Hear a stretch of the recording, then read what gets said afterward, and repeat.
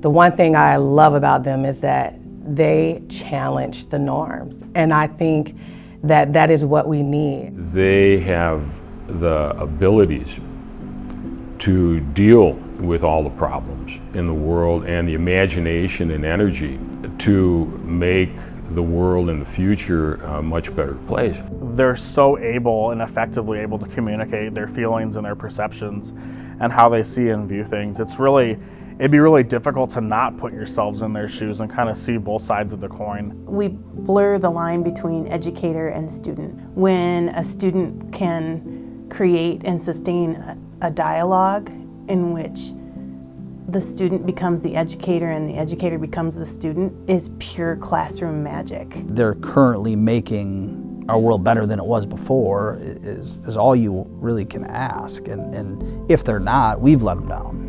And if we hold that back, we've let them down. I personally really get kind of inspired about like leaving the world better than I found it.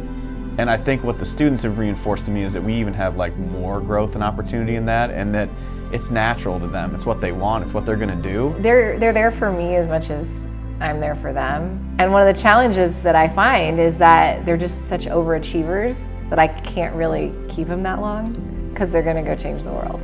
They really look at you, they really pay attention, and they really want to know. And I've worked with a lot of young people for a long time, and of course they talk to you, but I feel like there's something that's just deeper. You're in a pressure environment and a results business, and what we're doing collectively and the goals are pushed on you, pushed into to a point a lot where you're going to be uncomfortable. How do you handle that? You know, years ago it was quit.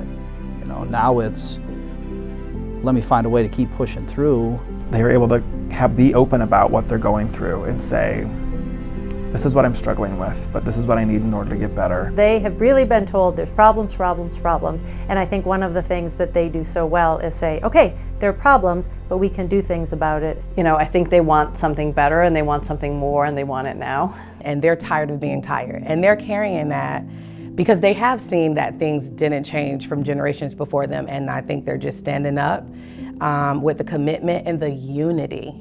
I see these people growing into a future that I want to see.